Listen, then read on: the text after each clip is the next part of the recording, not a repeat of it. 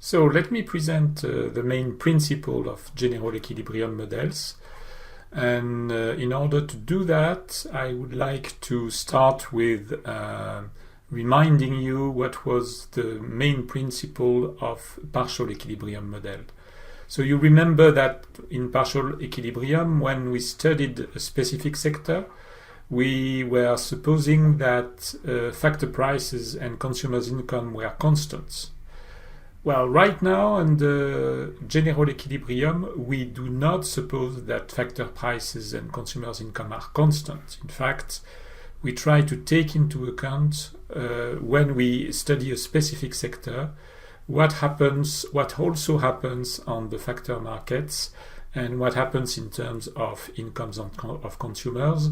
And in fact, we take into account all markets and variations in all prices and incomes. So for example, if we study the oilseed markets, we do not suppose that the land market and the labor market is in equilibrium and that factor prices do not change. We do not suppose that consumers' income are constant and so on. In fact, we take into account what happens, the impact of what happens on the oilseed markets on the labor market and the land market and on consumers' income.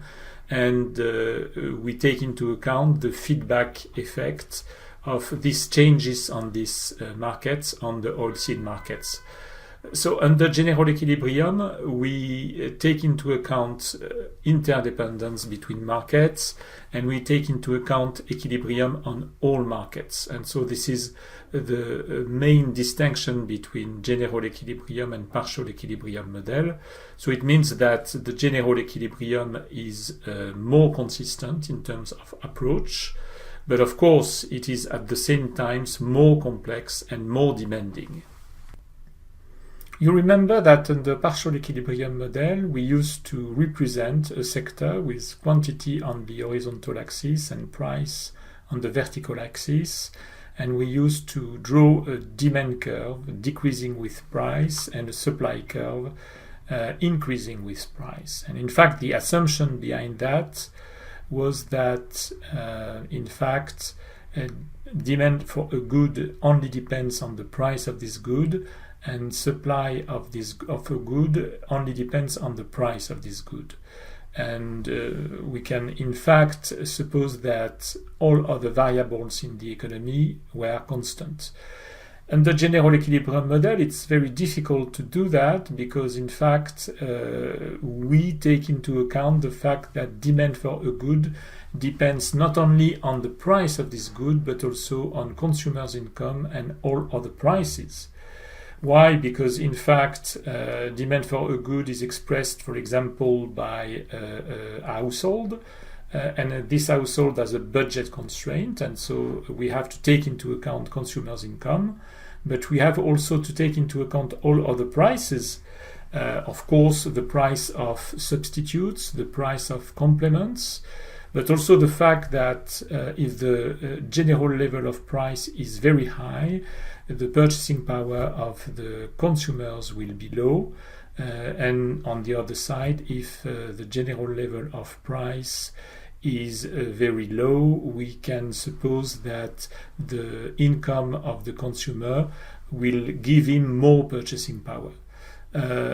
And we also have to assume that supply of a good depends on the price of a good, but also on factor remunerations and price of intermediate goods, because in fact, supply of a good depends on the cost of production, and the cost of productions includes the remunerations of primary factors, but also the cost of purchasing all intermediate goods.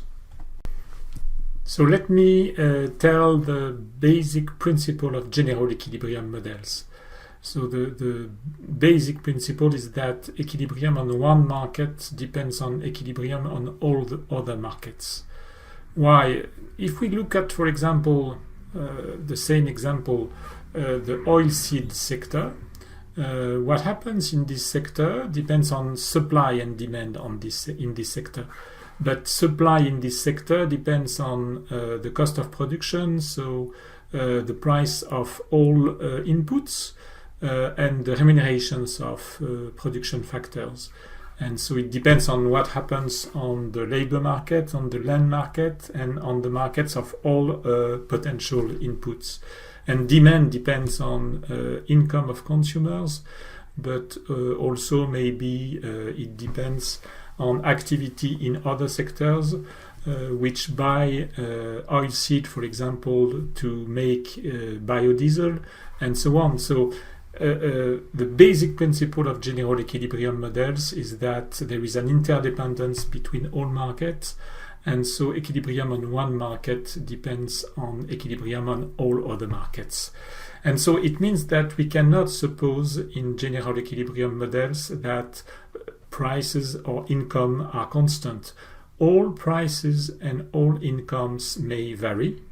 And so we have to take into account this principle in the understanding of general equilibrium model.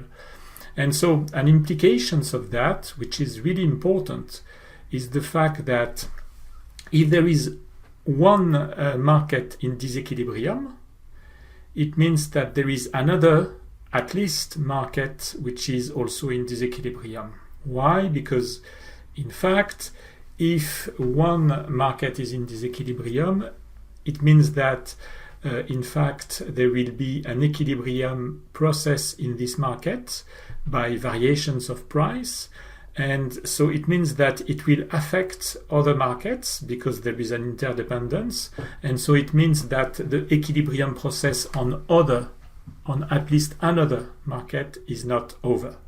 So you have to understand that. And so direct implications of that, which is really important and that you have to keep in mind, is the fact that if you have n markets and if there is equilibrium on n-1 markets, it means that there is also an equilibrium on the last market. And this is really an important implications of general equilibrium model.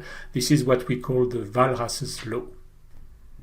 So what I would like to do right now is to give you a simple illustrations of general equilibrium model. So I'm going to present a simple model in general equilibrium. In fact, there will be only 8 equations and 8 variables. You see that it's very simple. So it's a basic model, and of course it will be the object of modifications in the next videos. But right now we have only 8 equations and 8 variables. So what I'm doing here is that I'm adopting an incremental approach. I start with something very simple, and then I try to complexify in fact the representations of economy.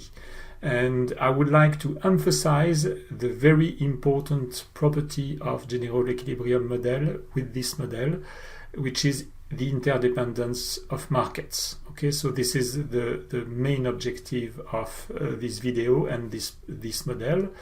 And there is also another important aspect that I would like to emphasize, is that there is underdetermination. So it's a mathematical difficulty that we have to solve.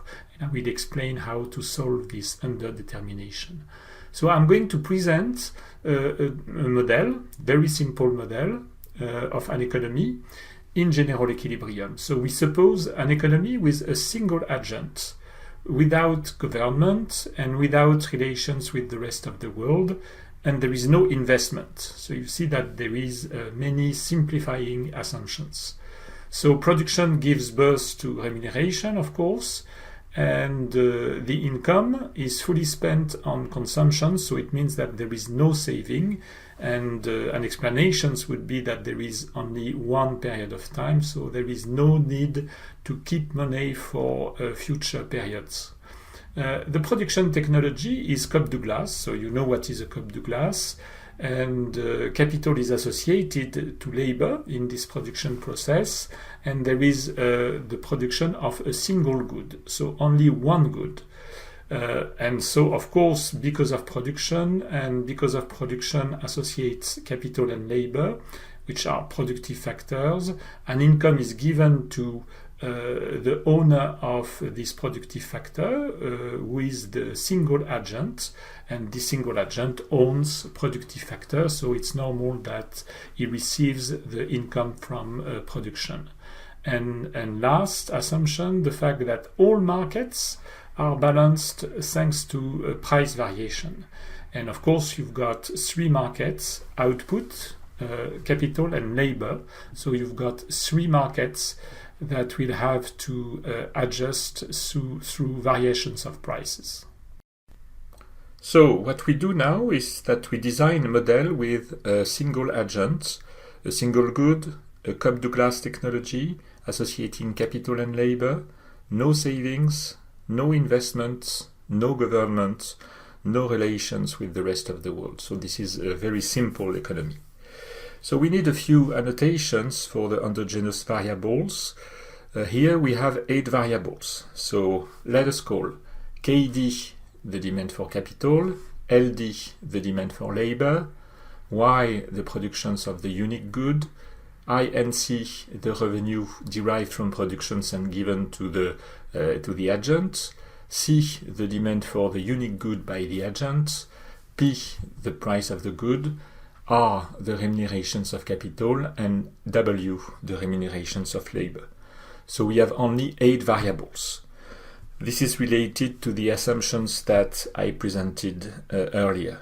We could have something, of course, more ambitious. For example, we could have labor supply and capital supply endogenous, that is to say, explained by the model. So, for example, in the case of labor supply, it would need an equations explaining how labor supply can vary, for example, in functions of the real wage. If we also have capital supply endogenous, we would have 10 equations and 10 variables. But this is not the case here. We have only 8 equations and 8 variables. So we have other annotation needed by the model. So let us also call KS capital supply, LS labor supply, alpha the elasticity of productions with respect to capital, and A the global productivity of production factors. So in fact, KS, LS, and A are exogenous variables. That is to say, they are something that can vary, but this is exogenously decided by the modeler. In fact, these are variables that are not explained by the model. If they vary, this is decided by the modeler as a shock, and this is not explained by the model. In fact, for example, the modeler can decide to introduce some technical progress and can decide to augment A, the global productivity of production factors, or he can decide to introduce immigrations with an increase of LS, or he can decide to introduce foreign direct investment through an increase in the capital supply. Alpha is the elasticity of productions with respect to capital. So it is something which is a parameter. It is in fact the result of an econometric investigations or a review of literature. So it is not supposed to change. So what we just did is to suppose that capital supply, KS, and labor supply, LS, and global productivity of factors, A, are exogenous variables. And we also decided that alpha is a parameter. So what we have is that we have 8 endogenous variables: KD, FD, Y, INC, C, P, R, and W. And so we need 8 equations for a square system. So let us find out which are the equations that we need for a square system. First, if you remember the assumption, we supposed that technology is Cobb-Douglas, so it means that we've got an equations of productions which is a Cobb-Douglas technology. Y is equal to A times KD at the power alpha times LD at the power 1 minus alpha. So this is the Cobb-Douglas technology. What we can do is that we can derive from cost minimization demand for capital and labor. So we've got two equations. So from cost minimization, first a demand for capital, which is alpha times P times Y is equal to R times KD, which is obtained through a cost minimization program. And 1 minus alpha times P times Y is equal to W times LD, which is the demand for labor. Well, once we have this production block, in fact, we've got revenues from production and we have the formations of the agent's income. You remember that the agent is the owner of productive factors. So the productive factors are in quantity LS for labor and KS for capital. So if the agent is the owner of productive factors, we can derive an equations of formations of income, which is INC, the income, which is equal to W times LS plus R times KS. Then with the income, the agent can proceed to final consumptions. So there is no savings because there is a single period of time. And so to maximize satisfaction, in fact, he has to maximize consumption, which is only limited by the level of income and the level of price. So it means that the agent's consumptions is P times C is equal to INC. Then we've got the final block of equation, which is equilibrium of markets. First, on the good markets, this is equation 6, C is equal to Y. KD is equal to KS, this is the equilibrium of the capital market. And equation 8 is LD is equal to LS, this is the equilibrium of the labor market. So here we've got the program, the model, and we've got 4 blocks. The first block, which is a production block with equation 1, 2, and 3. Then the second block, which is formations of income, which is equation 4. Then we've got the agent's consumption, so this is equation 5. And a final block, which is the block of equilibrium of markets with equations 6, 7, and 8. So what we are going now is to do an exercise, which is to allocate each equations to the determinations of a specific variables. This is not mandatory to do that, but it's interesting for at least 3 reasons. First, it is interesting from an intellectual point of view in order to improve our understanding of the model. Second, because in the case of potential extensions, we have to understand that we need, if we want to endogenize one variables, we need a specific equation. So for example, if we want to endogenize labor supply, we need an equations which explains how labor supply can vary. And third, in the case of a way of programming, which is MCP, we need, in fact, to allocate each equations to the determinations of a specific variable. So let us do that in the case of this model. So the first equation is obviously an equations of production, so it's an equations which determines the level of output Y. The second and third equations are equations which are derived from a cost minimization program, and we minimize cost in order to determine the demand for productive factors. So the second equations is an equations which determines KD, and the third equations is an equations which determines LD. Then it's obviously in the case of equations 4, because in fact we have a formation of income, so it means that is an equations which determines INC.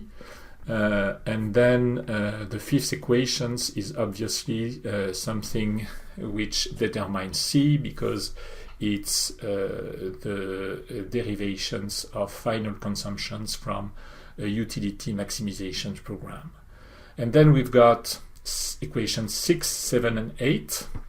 So here this is interesting because in fact these are equations which expresses equilibrium on the three markets, concerning 6 on the goods markets, 7 capital market, 8 labor market.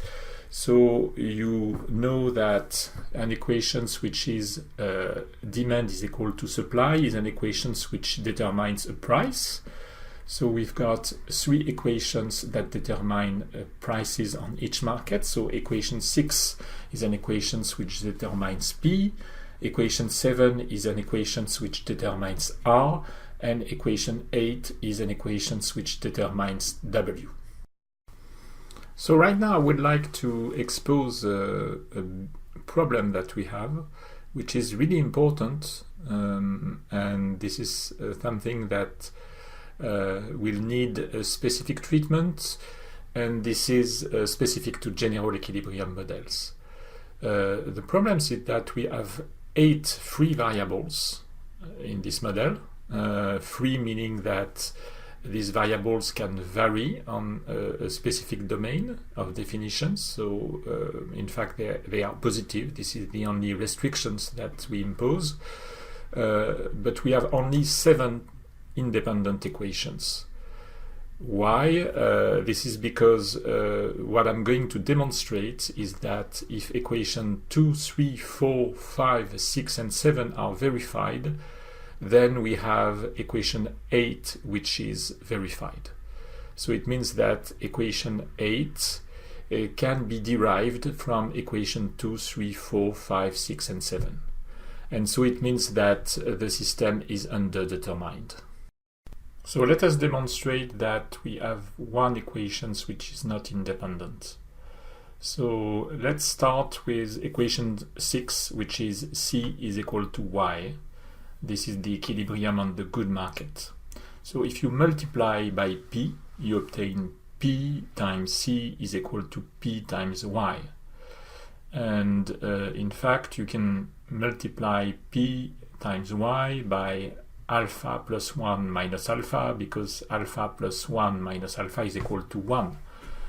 So you've got P times C is equal to alpha plus 1 minus alpha times P times Y, and so you can make distributions of P times Y, and you obtain a new equations which is P times C is equal to alpha times P times Y plus 1 minus alpha times P times Y. So with this equation we are going to include other equations like equations 2, 3 and 5. So equation 2 is alpha times P times Y is equal to R times KD. Equation 3 is 1 minus alpha times P times Y is equal to W times LD, and equation 5 is P times C is equal to INC. So if you use these equations and the equations that we've got earlier, you can in fact replace P times C by INC, and on the right side you can have RKD plus W times LD. So you've got a new equations which is INC is equal to R times KD plus W times LD. And with this equation, in fact, you can use right now equation 4 and equation 7. Equation 4 is INC is equal to W times LS plus R times KS. and equation 7 is equation KD is equal to KS. So if you use both equations, you can make some replacement in the equations that you've got earlier. So you replace INC by W times LS plus R times KS, and you replace on the right side KD by KS. And so you've got a new equations which is R times KS plus W times LS is equal to R times KS plus W times LD. So right now you can simplify by R times KS, and then you can simplify by W because W is different from 0. So you can divide both sides of these equations by W, and you obtain an equation which is LD is equal to LS. So it means that by combinations of 2, 3, 4, 5, 6, and 7, we obtain equation 8, which means that equation 8 is not independent. It is derived from other equations. So this is what we call the Walras's law, which means that the system is underdetermined. So there is a problem with this model because in fact we've got 8 variables and only 7 independent equations. So it means that there is not enough information to find a solution. It's exactly like a mathematical problem with only one equation, which could be, for example, x plus 2 times y equal to 4, and 2 variables, x and y. So it means that, in fact, all the straight line defined by x plus 2 times y equal to 4 is solution of this problem, and we've got an infinity of solutions, and not only one solution. So it means that in our case of these small general equilibrium models, we have 8 variable and 7 independent equations. We have a model which is underdetermined, and we have an infinity of solution. So what is the solution of this problem? Well, what we are going to do is fixing a variable such that we have 7 free variables and 7 independent equations. The variable which is fixed is a price. So here either it is P or W or R. Let's choose W, okay, because this is the price of labor. Of course, you can choose the price of capital or the price of the good P. So here I choose W. This is the new numeraire. So it means that everything now is expressed in terms of unit of labor, and all prices will be transformed into relative prices. So we fix the variable W at its initial level, W0. Consider the case where we have normalized labor, that is to say, we've got a general amount of salary in the economy, which is so the price of labor multiplied by the volume of labor. So it could be 1 man during 1 year, okay? And the salary of 1 man, the annual salary of 1 man. We can change, in fact, this value of labor and adopt a new unit of labor, which is the amount of labor available initially for $1. So it means that the new unit of labor is the amount of labor available for $1 instead of 1 man during 1 year. And so it means that with this new unit of labor, the new initial price of labor is W0 is equal to 1. And so it means that we have fixed the price of labor, W, the endogenous variable. It remains now at its initial value, which is 1. So in fact, modelers used to keep the labor market equation or the good market equations or the capital market equation. They do not want to give up one equation. In our case, the model of an economy without a labor market equation would be a little weird. So we have to keep the labor market equation and to have 8 independent equations. And so it means that we must have 8 free variables. How to do that? Well, we can create new variables. This new variable, for example, we can call it Léon in honor of Léon Walras, but of course you can choose a different name. And we add this new variable into the labor market equation. So it means that the new labor market equations will be LD is equal to LS plus Léon. And this is really interesting because right now, remember that we have suppressed the variable W and we have just added a new variable which is Léon. So we have 8 free variables. So it means that the variable Léon can take any value. And we have an equation which is no more LD is equal to LS, but which is LD is equal to LS plus Léon. So it means that we have an independent equation because now 2, 3, 4, 5, 6, 7 do not imply LD is equal to LS plus Léon. In fact, equation 2, 3, 4, 5, 6, and 7 imply LD is equal to LS. So we've got now 8 free variables and 8 independent equations. So we've got a new model which is in fact slightly changed as compared to the previous one. We have 8 equations. The first equation is the level of production based on Cobb-Douglas technology. The equation 2 and 3 are the demand for capital and demand for labor by the productive sector. Then equation 4 is the formations of income, the income of the consumer. Equation 5 is the consumer's final consumption. Equation 6 is the equilibrium on the good market. Equation 7 is the equilibrium on the capital market. And equation 8 is the equilibrium on the labor market with the additions of this new variable, which is Léon, which we can initialize at 0, but which can take any value. And in fact, we will check if the Walras's law is verified if this variable Léon remains at 0. And we had restrictions, which is the fact that the variable W, in fact, is fixed at its initial value W0.